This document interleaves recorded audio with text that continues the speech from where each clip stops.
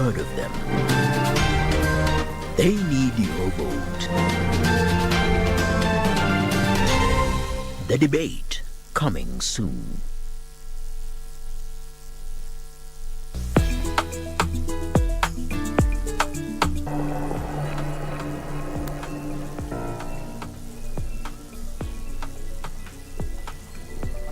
Weona, sitaki maneno mingi. Mimi niko na njaa, niletee keroma nikule. Ni aje ama niamke niende? Ukora ile unaleta hapa, ukora unakuja hapa.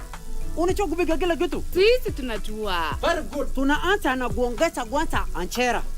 Okay, sana Angela hawezi kuja. Mama Kaya ole sali ni kusema ukweli. Wacha habari ya kuzaa. Na tu kuona ukweli mchamosita. Huyu mtoto ni wa nani? Ni wa chama. To get John chapter 11 as your skiza tune, dial *811 *965#. I am the resurrection and the life. The one who believes in me will live, even though they die. John chapter 11, verse 25. To get John chapter 11, dial *811 *965#. To get John chapter 11, dial *811 *965#.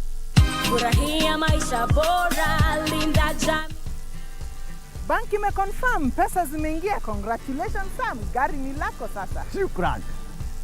Oi boss, uniache insurance yako nitumie kabla nijipange. We, Insurance ya gari haiwezi kuwa transferred kwa mtu mwingine. Sina habari na nikuulize, hii comprehensive insurance inakava vitu gani? Comprehensive Motor Insurance inakava gari linapoharibika wakati wa ajali pamoja na uharibifu wa mali ya mtu mwingine, gari likiibiwa au likichomeka. Pia inakava passenger wa gari lako na passenger wa lile gari lingine kunapotokea ajali.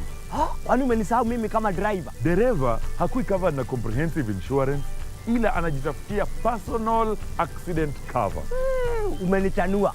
Rose, hata nishughulikie hiyo insurance, nitakujia gari kesho. okay sawa. Chukua bima leo.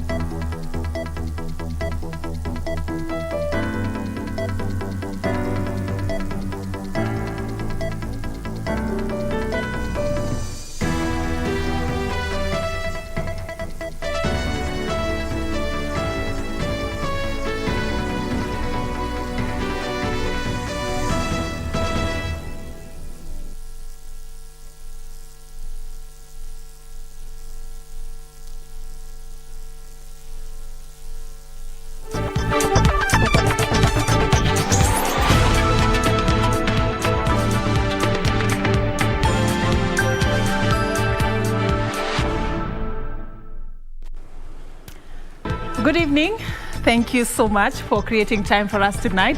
This 15th day of May, the year 2022. Sunday Express begins right now, a day when the political trajectory in this country has taken a different direction as the Kenya Kwanza Alliance has unveiled their running mate, somebody who is going to deputize Deputy President William Ruto come August 2022. Madera Member of Parliament Rigathi Gachagua, news that has been received with mixed reactions across the country. We'll be letting you in on that, coming just a day before the Azimio la Umoja One Kenya Alliance also unveils their running mate. We'll be covering that for you. But first, right here on Sunday Express, we'll also be having a conversation on mental health. Remember, May is also the Mental Health Awareness Month.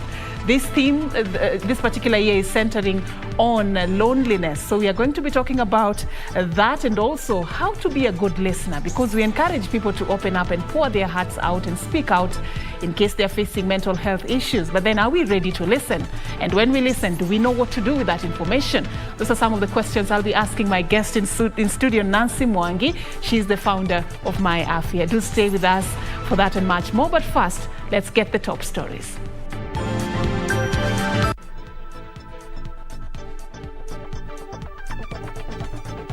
I present to you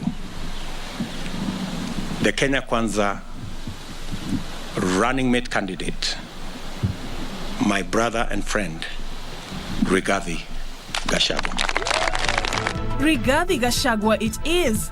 Kenya Kwanza flag bearer, Deputy President William Ruto, names Madhira Member of Parliament as his running mate. Nimeangalia hali ya anga. Na mimi nataka kuambia nyinyi kwamba nitatangaza kesho kule town. KCC nitatangaza. Sawa sawa, asanteni sana. Azimio presidential nominee Raila Odinga to name his running mate on Monday. And chaos along Thika Road as police disperse protests by Georgia residents over a black spot.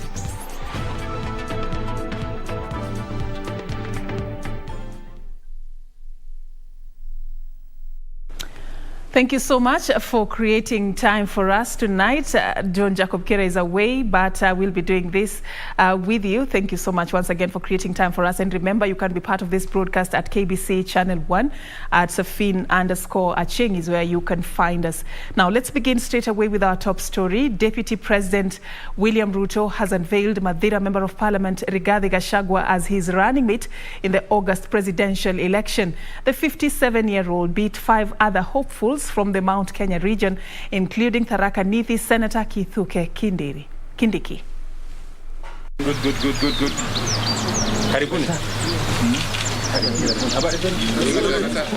More than 24 hours of wait, 17 of the hours consumed by intense negotiations.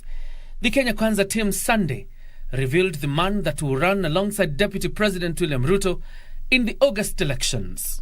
I present to you the Kenya Kwanza running mate candidate, my brother and friend, Rigathi Gachagua.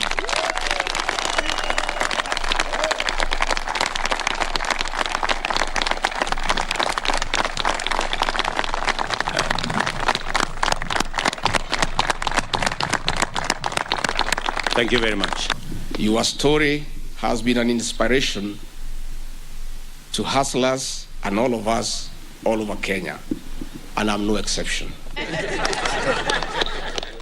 57-year-old Mathira MP Rigathi Gachagua, a political science and literature graduate from the University of Nairobi, a public servant, businessman and politician.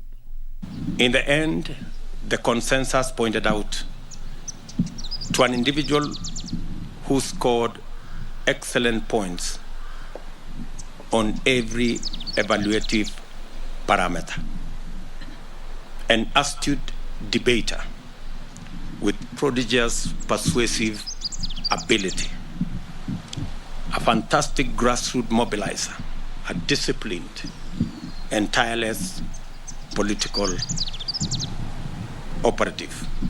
While Kandara MP Alice Wahome, Kirinyaga Governor Anne Waiguru, Kiharu MP Ndindi Nyoro, National Assembly Speaker Justin Muturi appeared to also be favorites for the running mate position, the battle narrowed down to the Tharaka Nithi Senator Professor Kithure Kindiki and Gachagua. I want to very sincerely thank my lawyer, my friend, Professor Abraham Kithure Kindiki, who came very far and became the runner-up. Negotiations Saturday night and Sunday morning handed Gachagua the nomination. A successful elected politician and business person, a principled politician of tremendous resilience and resolve, a fearless fighter for the right cause, and an indefatigable champion of the betrayed, persecuted, downtrodden, the despised, and the ignored. A living example of a true hustler who rose from the hardships of the aftermath of our freedom struggle to the pinnacle of professional, business, and political success. Gachagua pledging to work with fellow leaders to deliver a decisive victory for the Kenya Kwanza coalition. With the team you have assembled, I believe we have what it takes to realize the dreams of the hustler nation and it will be a great honor for me to play my part, and that I will.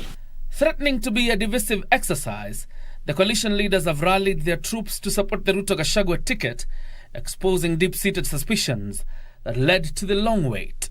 What is being unveiled here is a culmination of a process of consultations, of deliberations, so that the pot does not break at the doorstep. I want to confirm that as one of those fronted by both my party and other Kenyans, I am satisfied with the results of that process. Unajua sasa lazima JB pia mimi nitaje mimi ni jeshi yako. Lakini sasa imeishia hapo. Mimi kutoka leo mimi ni jeshi ya Rigathi Gachagua. Described by his boss as a fearless mobilizer and fighter, Rigathi Gachagua will not only serve as deputy captain for the Kenya Kwanza team, but will have the onerous task of uniting a fragmented Mount Kenya region, which William Ruto counts on to win the presidency. John Jacob Curia, Sunday Express.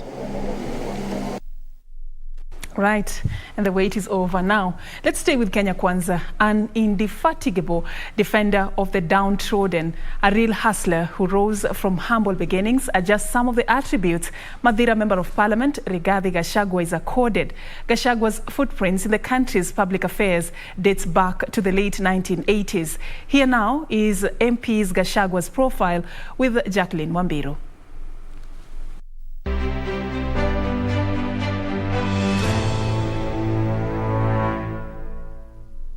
In 1985 to 1988, Rigathi Gachagua studied his Bachelor's of Arts degree in Political Science and Literature at the University of Nairobi. Between 1989 and 1990, Gachagua worked as an Assistant Secretary in the Ministry of Home Affairs and National Heritage. In 1990, he was recruited as a district officer cadet and underwent paramilitary training at the Administration Police Institute and did a course in advanced public administration at the Kenya School of Government between 1999 and 2000. He served in the provincial administration as a DO for 14 years in various stations, among them Kirinyaga, Kiambaa, Limuru, Ngarua, Kakamega and Garissa, with a short break as personal assistant to the head of public service between 1991 to 1993. Between 2001 and 2006, Gachagua was personal assistant to the then Minister for Local Government Uhuru Kenyatta. From 2017 to date, he has served as Member of Parliament for Mathira constituency on a Jubilee ticket. Gachagua was among the legislators who decamped for Jubilee Party and formed UDA together with Deputy President William Ruto. The Member of Parliament has gained prominence in UDA, but his rise to the top of Mount Kenya and national politics has earned him friends and foes. Gachagua is not new to controversy. When his late brother, Nyeri Governor Nderitu Gachagua, was hospitalized, Gachagua was accused of imposing his will on the county and acting as a pseudo-governor. He has been charged with allegedly acquiring at least 7.3 billion shillings suspected to be proceeds of crime. In 2020, the Assets Recovery Agency obtained orders to freeze 3 accounts linked to the MP, which held 201 million shillings over claims that they were proceeds of crime. Gachagua has maintained that the cases against him are politically motivated.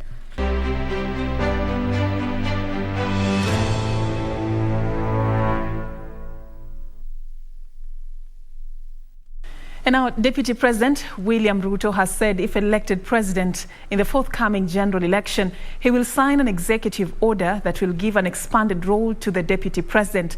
Ruto said, having served in the office for close to 10 years, he believes that the office can serve Kenyans better when its roles are clearly defined. The role of the Deputy President under the current constitution mainly has to do with deputizing the President in execution of the President's functions.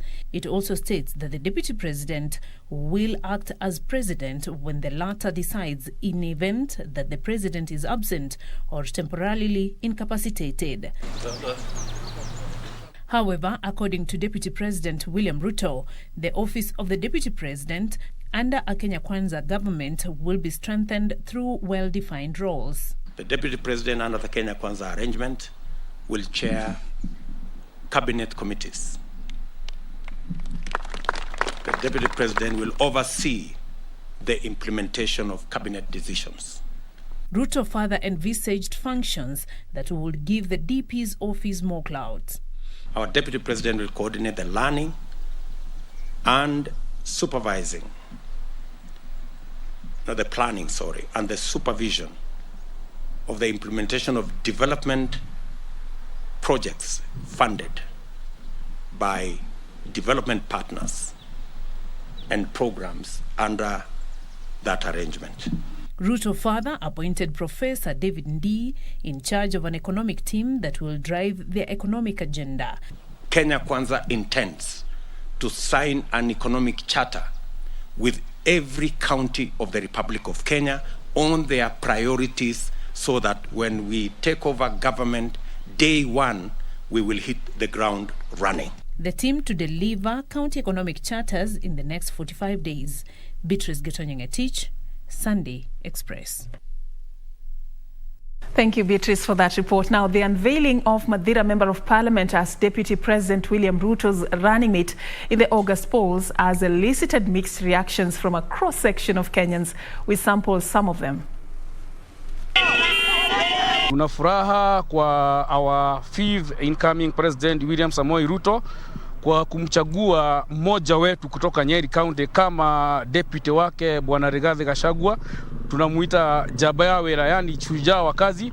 Kile ambacho tugeahidi the fifth president, His Excellency Samoei Ruto, kula zetu zote za Kieni ama za Nyeri ama za Mount Kenya region tutaziweka katika kikapu moja.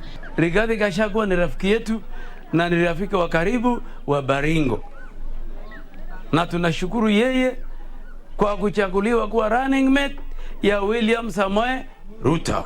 Akiwa na naibu wake Rigathi Gachagua, na Kenya itaenda mbele pamoja. Sisi kama wakaaji wa Baringo tunaaminia bottom up. Kumpongeza naibu wa rais kwa kumteua Bwana Gachagua kuwa running mate wake. Na tuombe tukue pamoja, tumsaidie William Ruto kumwombea kura. Tunajua ilikuwa ni changamoto, lakini pia ni demokrasi. Tuko na furaha sana kwa sababu siku ya leo UDA Kenya Kwanza Coalition wame-unveil Deputy Presidential Candidate ambaye ni mheshimiwa, na tunashukuru viongozi wetu ambao wamekaa chini wametatua ile matatizo kidogo walikuwa nacho jana, sababu tulikuwa tunatarajia jana watupatie mtu, lakini kumbe mambo haikuwa imeiva vizuri. Siku ya leo tumeshukuru sababu imeiva. Tunasema ni pongezi kwa Deputy President, maana amekumbuka mtu wetu ambaye ni Gachagua mwenyewe, maana tulikuwa tumengojea mara nyingi sana. Kwa hivyo tunasema kwamba tunamuunga mkono hali na mali. Kama tungepata Musalia Mudavadi, huyu ndio tulikuwa tunatarajia, lakini kwa hivi sasa vile imeenda, mwananchi wa chini hatujaridhika. Kwa maoni yangu naona Rigathi is too junior for that position. Angechagua mtu mwingine kama Musalia ama nini Finga. Tunataka challenge zenye iko maisha imekuwa ngumu, so tutamshika mkono au rais wetu. Tukiongozwa na kiongozi wetu Raila Amolo Odinga, atukumbuke pia sisi watu wa Mount Kenya East, asitufanyie yale mambo ambayo tumefanyiwa na coalition ya Kenya Kwanza. Atukumbuke nasi tutamuunga mkono 100%. Sisi tunajihurumia sana, tuko na sijui yenye tunaweza sema, lakini tunashindwa. Hii Kenya itakuwa ya pande mbili peke yake, Kalenjin Wakikuyu pale juu. Hii Mount Kenya nyingine kweli iwezi za kitu ndume inaweza konsindiwa. Well, sentiments from across the country, but still on the running mate issue, Azimio la Umoja One Kenya Coalition Party presidential hopeful Raila Odinga will unveil his running mate tomorrow. Speaking in Nairobi, Raila asked Kenyans to entrust him to revive the economy and produce leadership that will be keen to weed out corruption if elected president. Sunday afternoon at Kamukunji grounds in Nairobi County.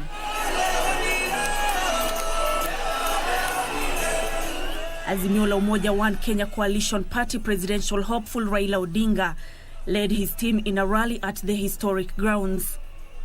Pressure mounting on Odinga to name his running mate, an announcement he said he'll make tomorrow at the Kenyatta International Convention Center. Nimeangalia hali ya anga na mimi nataka kuambia nyinyi kwamba nitatangaza kesho kule town.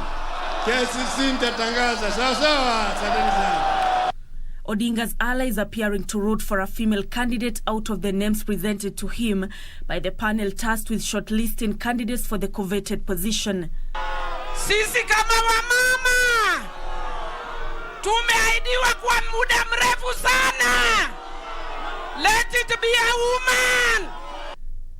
Odinga saying that his presidency will ensure a revival of the Juakali sector to tap into the potential of many skilled Kenyans. Kama wewe unajua kazi vizuri, hata wewe ni fundi cherehani utapata certificate. Na hiyo that certificate shall be recognizable. Now we'll be able to get contract direct from the government. Executive order yako ya kwanza iwe ya kushukisha gharama ya chakula, iwe ya kushukisha gharama ya mafuta. The Azimio Party presidential flag bearer saying that economic revival and weeding out corruption in public service was top on his agenda. Tutahakikisha kwamba wale wezi wote maskani yao ni Kamiti, Shimulatewa, Manyani na Mnaivasha.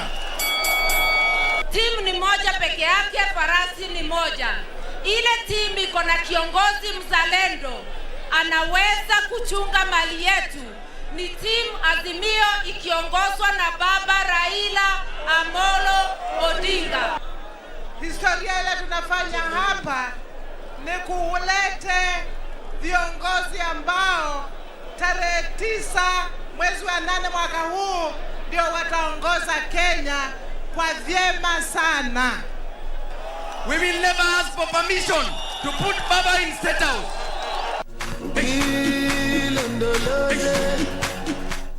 But the Ruto Rigathi ticket could not escape the Kamukunji rally agenda. Anafikiri ati yeye ana ujuzi mingi zaidi. Ati hojo mambo ya hasla. Ati dynasty gani? Dynasty anaweza kwenda kwa jela miaka 9. Mimi nauliza, Ruto anasema anataka kuwa rais ya Kenya. Anaweza fanya rally kama hii Nairobi? During the rally, Odinga unveiled various aspirants under Azimio la Umoja in Nairobi, where he urged voters in the county to ensure they get majority of the seats in Kenya's capital. Azimio la Umoja supporters will have to keep guessing for a few more hours on who Raila Odinga will be choosing as his running mate, as he said to make the announcement tomorrow at KICC. Nancy Okware reporting for Sunday Express from Kamukunji grounds, Nairobi. Thank you, Nancy. Now, moving this forward, the Elections Observation Group has called on the Independent Electoral and Boundaries Commission, IEBC, to come up with regulations on campaign funding and subject them to public participation before gazettement. The group, while addressing the media Sunday morning, urged politicians to hold peaceful campaigns. The Elections Observation Group ILOG expressed fears of election malpractices, urging voters to desist from getting bribes and help tame the use of illicit money, which distorts the fundamental principles of democracy. ILOG called upon the Independent Election Boundaries Commission, IEBC, to come up with regulations on campaigns funding and subject them to public participation before their gazettement. A judicial pronouncement by the High Court on this matter, following a case filed by some of our members here, stressed the need for IEBC to come up with a regulatory framework.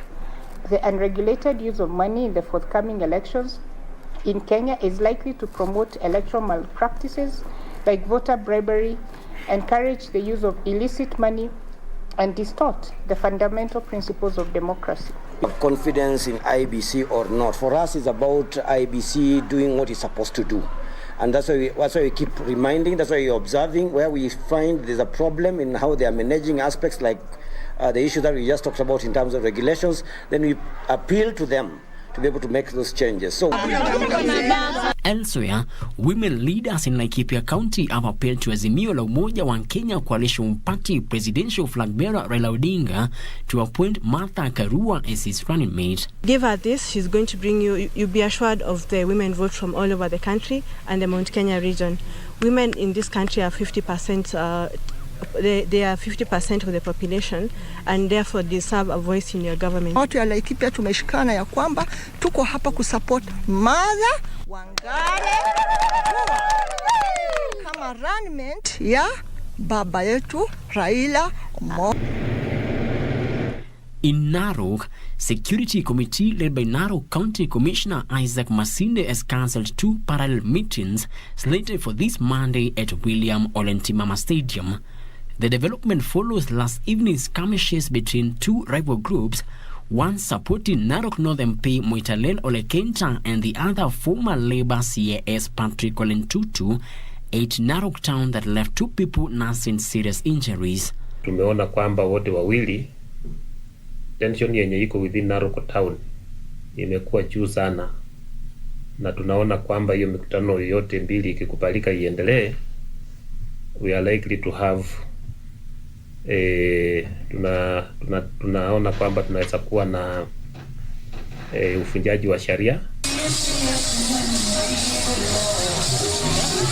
Meanwhile, members of the Hindu community in the country have urged Kenyans to uphold peace and unity during this electioneering period ahead of the August 9th polls.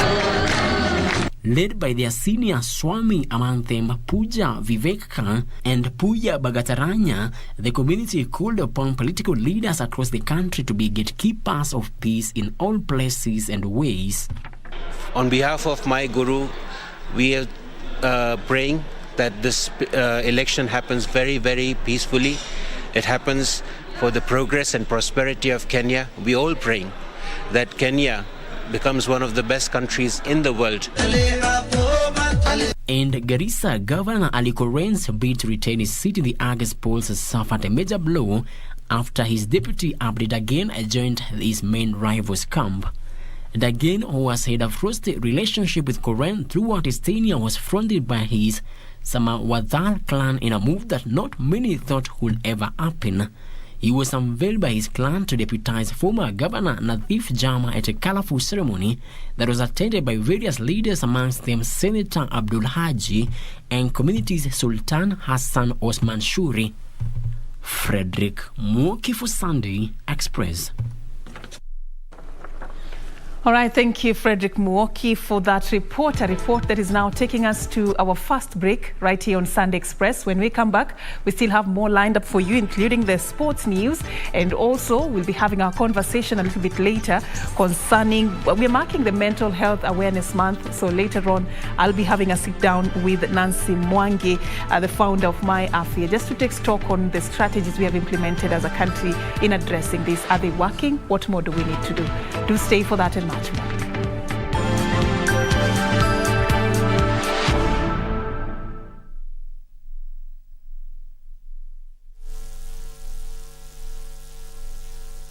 Furahia maisha bora, linda jamii yako. Asante. Hii ng'ombe itatoa maziwa mengi kabisa. Sasa shida ya school fees imeisha tena. Chukua hii. Hebu nikuulize, hii maneno nasikia ya bima ya elimu inaweza kuonekana mtu ana process ya kuchukua insurance kama yote ni rahisi. Hata niko na kama ya gari yangu. Kwanza unajaza proposal form kama hii na uijaze wewe mwenyewe, na kama haujui kusoma uijaze na mtu mwingine. Hakikisha ile majibu umepatiana ni sahihi na ni ya kweli. Pia dhibitisha insurance kama imeangalia masilahi yako na usiwahi sign proposal form ambayo haijaandikwa kitu chochote. Pia ukumbuke kujitolea fotokopi yako. Sasa wacha nianze hiyo process. By the way, ukisubmit hiyo proposal form, uhakikishe umepatiwa policy document. Uisome na uielewe. Hiyo ndio dhibitisho ya kuwa unapiva. All I do is win.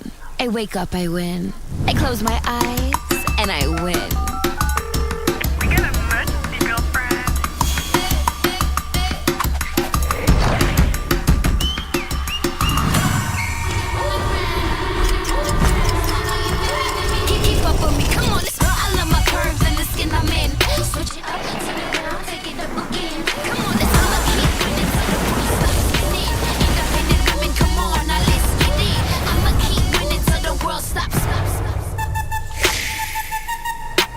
Wow, you look great. Did you just come from the salon?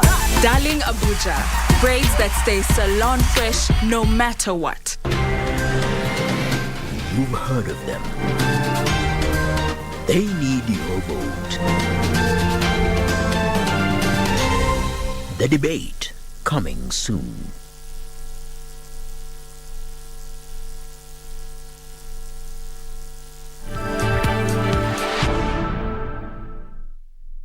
Welcome back and thank you for staying with us. Now, business was temporarily disrupted in Juja after rowdy youth blocked Thika Superhighway at High Point area to protest increased cases of road accidents. Police were forced to lob tear gas to disperse the protesters who were demanding the construction of a footbridge at High Point area.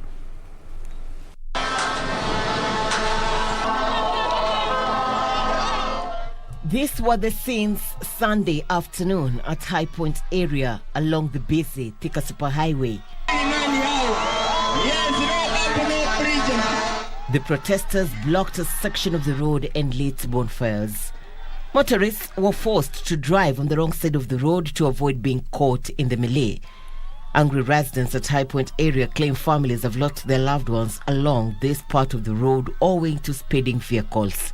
Tunasema lazima tusikizwe, tafadhali serikali tuwekeeni bumps hapa tuweze kufanya biashara zetu, watoto wetu waweze kutumia ambao wanaenda shule hii barabara. They claim unknown people removed speed bumps that were put in place. Mimi hata miguu nimewekwa chuma, hakuna mtu mwenye alikuja akanifuatilia akajua naendelea namna gani, niliachwa hivyo. Sasa sisi tungependa hapa tuwekewe hata kama ni flyover ama bumps tuweze kupita kwa amani. Hiyo itatusaidia sana. Unajua tuko na watoto wetu hapa wanasoma ile saidi ya pili. Kufuga hapa imekuwa shida. The residents now want the relevant authority to put up a footbridge and other safety measures along the black spot to avoid further deaths. Bump zilikuwa lakini zikatolewa. Hatujui ni nini iliendelea na tumekuwa tukiongea na uongozi wa Kenya ili watuwekee bump mahali hapa. Lakini wamekuwa wanakataa. If they do not erect for us, either a footbridge or speed bumps, we'll be right back here and the scenes will be the same. Irene Mchuma Odim, The Sunday Express. All right, now moving on. In a first, a Catholic nun has constructed a home at Kayonyweni in Kithioko, Machakos County, to care for the needy persons whose relatives cannot be traced. According to Sister Mary Musembi, the founder of Mercy Servants of the Poor Foundation, the facility caters for people who are either abandoned by their loved ones in hospital or are involved in road accidents and have lost their memory.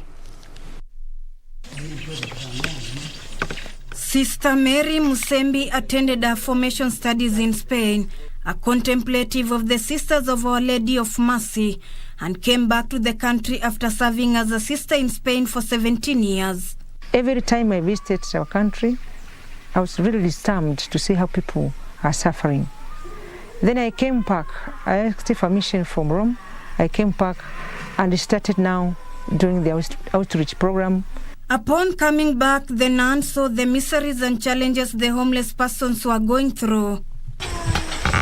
The philanthropic nuns' mind lingered on how to help them, and Mercy Servants of the Poor Foundation was born. With the little I could get from people, the little I could get from well wishers. Then from there, now I struggled and we started this facility. So far, her facility is housing about 20 persons with mental malfunctions whose relatives cannot be traced. Halafu wakaenda mimi kufika hospitali wakanitupa huko. Mimi nilipoingia hapa kwa sita, yeye alilea mimi. The challenges that I'm facing, they actually undermine my future vision. I would love to have a big house where we can accommodate even more than 500 people. Redemptor Mutinda, a volunteer clinical officer in the facility who works at Matu Level 4 Hospital, says that most of the people in the facility suffer from cerebral palsy and multiple congenital malformations, among other ailments. The things we need are mostly food and pampers. Saturday afternoon, and the home received goodies from well-wishers. Millicent Award, the chair of the St. Vincent de Paul St. Veronica Catholic Conference, equated Sister Musembi's efforts to those of Mother Teresa due to her love for the needy in the society, calling on well-wishers to come to the aid of the nun. And Sister is taking care of these people without any support from the government, national and county. I call upon any well-wisher who would want to assist a needy person to reach out to Sister Musembi. This being echoed by other members who are part of the team, who called on volunteers to help her buy food and medicine for the families. Ruth Wamboi for Sunday Express. All right, thank you, Ruth Wamboi, for that report. Let's move this forward. Now, music production refers to the entire life cycle of a piece of music, from songwriting and composition through recording and sound design to mixing and mastering. This week on The Process, we reveal this creative process. Nisi Imano with more.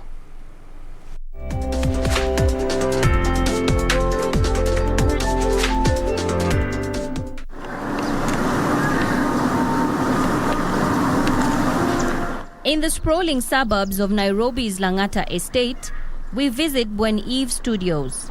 Right now you're in the studio, and studio entails a lot of things. As you can see, you might think these are decorations. These are not decorations, these are acoustic forms that are used for, at least to reduce echo. Between this and the main wall, we have another treatment. We put something called rock wool. Some people put foam, and then you put gypsum, and then you put this. This one is just to reduce echo. But the main soundproof is behind this and the gypsum. Studio gear are the main tools used in this production process. So these are MIDI controllers. Some people will call them keyboard, but they're not keyboards. These are MIDI controllers. The control sound that we have on our DAW. DAW is our digital software that we use to record. We have so many kind of those softwares, but as we use the one that is called Logic. Then of course our computer, studio monitors, sound card, and that's our booth where there's microphone and our musicians sing from that side. The song production process involves different kinds of sounds and instruments. So, what is the first step in the music production process? It comes, we create from nothing to something. So we started by listening to his idea. I captured it immediately. I had to look for tempo. Tempo is the speed. Every song must have a constant speed or time signature. In music, they call it time signature. So we looked for the time signature. Some songs call for outsourcing of live instruments. At some point, we usually outsource now live instruments, because there's some songs, if you put live instruments, it gives the song very, very good classical sound. But does everybody who comes to the studio qualify as a musician? There's some who have money, but they can't sing. And even if you train them, you take them to school, they can't sing, but they're passionate about it. And there are those who are just gifted. They come the first day, you listen to them, you're like, hey, we're working with this one. Again, they don't struggle. The process begins when the producer meets with the musician in studio. Today, this singer is doing his own rendition over him. I am blessed elaborate and soul the world, so I go by the name Real Man Redemption International. The songwriting can happen before or after the artist comes to studio. How I write my music? I really don't write my music at home. I love writing my songs in studio because being inspired while the producer is just playing the keys, the keyboards. The producer then sits down with the artist to get the general idea of what the singer wants. There's this old version song named The producer kickstarts by finding a tempo. The tempo gives the song speed.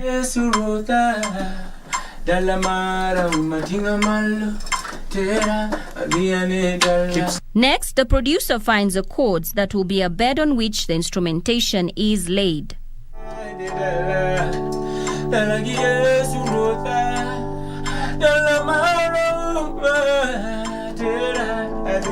Okay, so we try to get something. Sometimes the song would demand for extra help from another specialist. The other producer, so he came to help me to put some drums. After that is done, the vocals are added. Yeah. The singer's voice is captured through the microphone.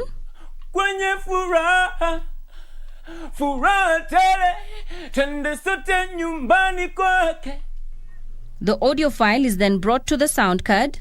It comes as an analog, but the sound card changes the sound itself to digital through their computer software.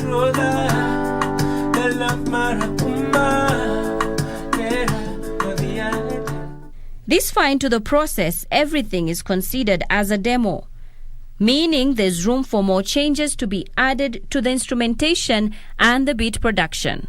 The first instrumentation was the keyboard, the piano sound. Actually, I layered. Layered is whereby you mix more than one instrument at the same time and then you play on the keyboard. So I layered electric piano or e-piano. I layered piano itself and then some strings.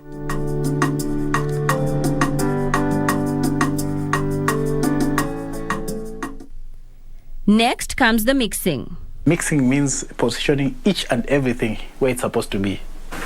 You know, every instrument has a frequency, making sure that every instrument falls in the right frequencies and then also falls in the right position.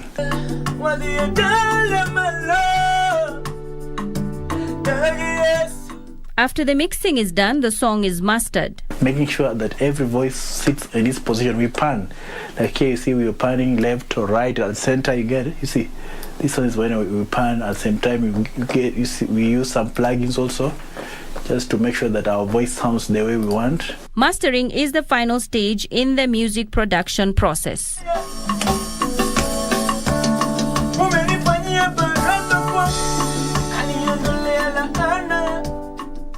And then we have a song.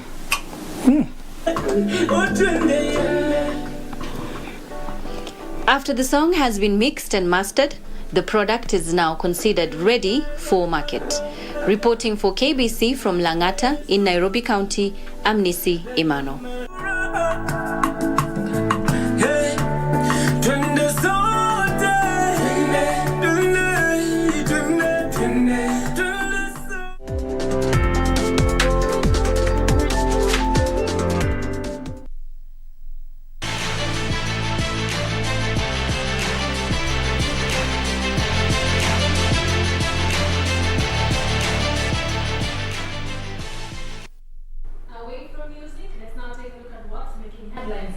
Of sports. My name is Karen Kibet. Now, Team Kenya bagged 8 more medals at the 24th Deaf Olympics in Brazil to increase her medal tally to 24. The team bagged 2 gold, 3 silver and 3 bronze medals to surpass the 16 medals won during the last edition in Turkey in 2017.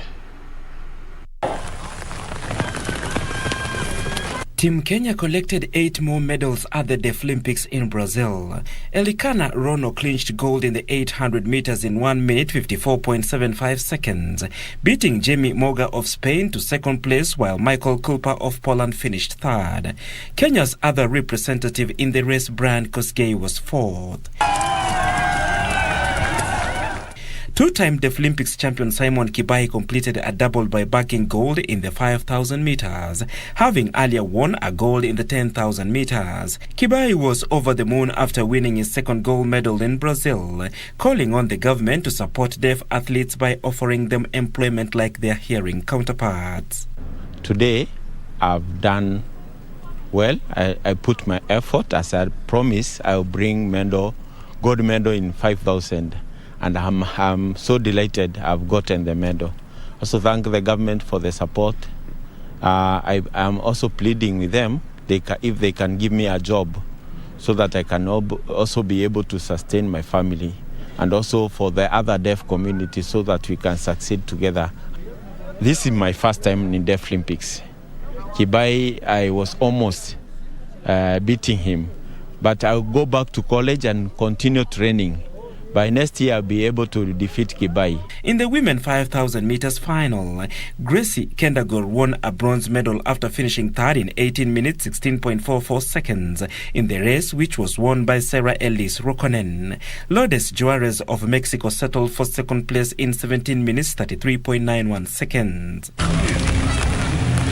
The Kenyan quartet of Beryl Wamira, Lynette Nanjala, Sharon Bitok and Pamela Tieno clinched a silver medal in the women 4x400 meter relay, while their male counterparts Isaac Atima, George Waweru, Charles Modhama and Simon Menza settled for a bronze in their event.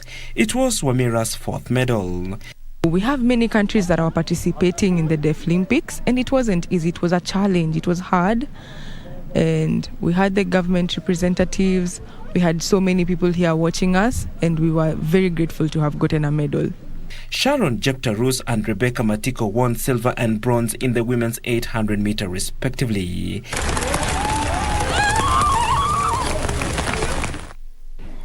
But it's very cold here, and there are very many trees, so it's raining, but I've persevered, because I knew that I was here for a goal. And also I can say that the air is also very cold. So now that I'm done with my race, I can actually rest. Anastasia Sidorenko of Ukraine won gold. Thank you, Barkley, for that report. Congratulations to Team Kenya. Moving on, the Kenya Olympians Association on Saturday night held a gala dinner to celebrate and recognize sportsmen who have represented Kenya in many Olympic disciplines over several decades since the 1956. The dinner was sponsored by the World Olympians Association. Established in 2002 as the Olympians Association of Kenya to keep former Olympic athletes engaged, the body became inactive and was rebranded as the Kenya Olympians Association. The association received recognition from the World Olympians body and is pursuing registration with the government to get formal recognition locally. On Saturday night, they held a gala dinner where they awarded past Olympians with a WA certificate, and those recognized can use the initials OLY after their name. The president of the Kenyan Olympian Association, Moses Tanui, who represented the country at the 1988 Olympic Games in Seoul and the 1992 Olympic Games in Barcelona, said that better days lie ahead for Kenya. Cleaning the streets, helping the needy children, trying also to see that our Olympians knows their rights. The chief guest at the dinner, Japanese ambassador to Kenya, His Excellency Okaniwa Ken, shared lessons from his country's Olympians Association. They are very active after they are finished with the active in sports. Some are in coaching and some are in sort of the TV broadcasting sports events. Celebrated Kenyan athlete Kipchoge Keino made a call for more sports to have representation at the Olympics. Take, for example, facilities like swimming. Do we have in our school? Basketball, tennis, golf, rugby, volleyball. Those are the events we need to develop in our school. Among athletes recognized at the event were marathon great Catherine Dereva, 5-time World Cross-Country Champion John Goge, pioneering women Olympians Lydia Stevens and Tekla Sang, Professor Mike Boyd, weightlifter Suleiman Juma, and sprinter Ferdinand Omanyala. For Sunday Express, I am Daniel Wahome.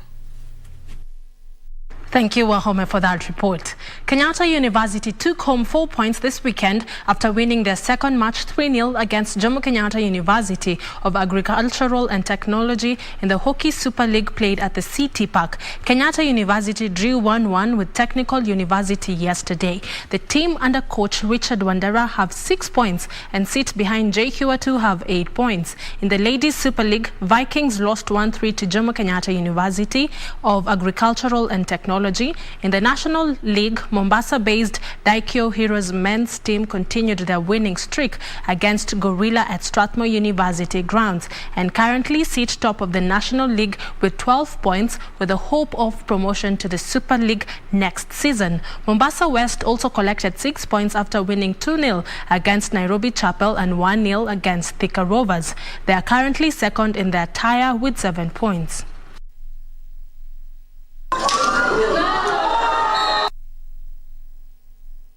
And finally, Manchester City came back from 2 goals down for the first time under Pep to earn a point at West Ham. That means victory over Aston Villa on the final day will see them crowned champions. Meanwhile, Hurricanes' penalty saw off a stubborn Burnley side as Tottenham moved above Arsenal into 4th place and kept the Claret survival hopes in the balance. And Barclays report brings us to the end of the sports news tonight. Don't go too far, as after this break, Serfine Achieng will be having an amazing interview, as this month is the Mental Awareness Month. Good night. My name is Karen Kibet.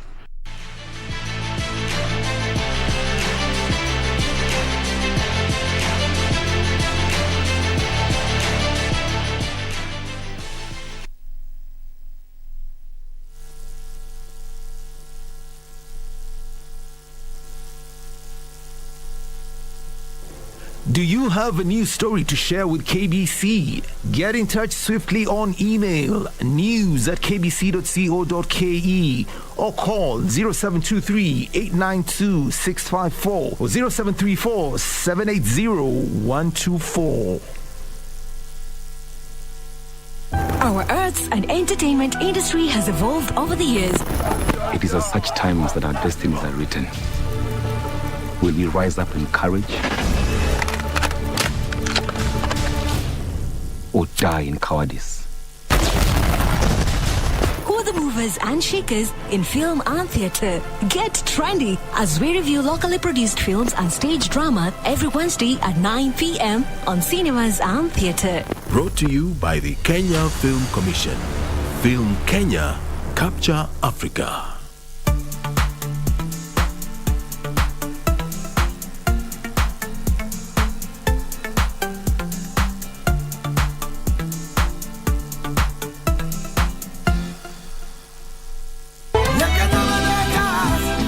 Doesn't get jealous. Paulina knows exactly what she has. She trusts me, and she knows I would never be unfaithful. I'm just going to make sure your life here becomes a living nightmare. Do you understand me? I can't force him to break it off with that woman. And I don't ever want to discuss this again with you. And if you try to hurt him again, I'm going to talk to your father. It never occurred to me that would lay a hand on me. Gonzalo really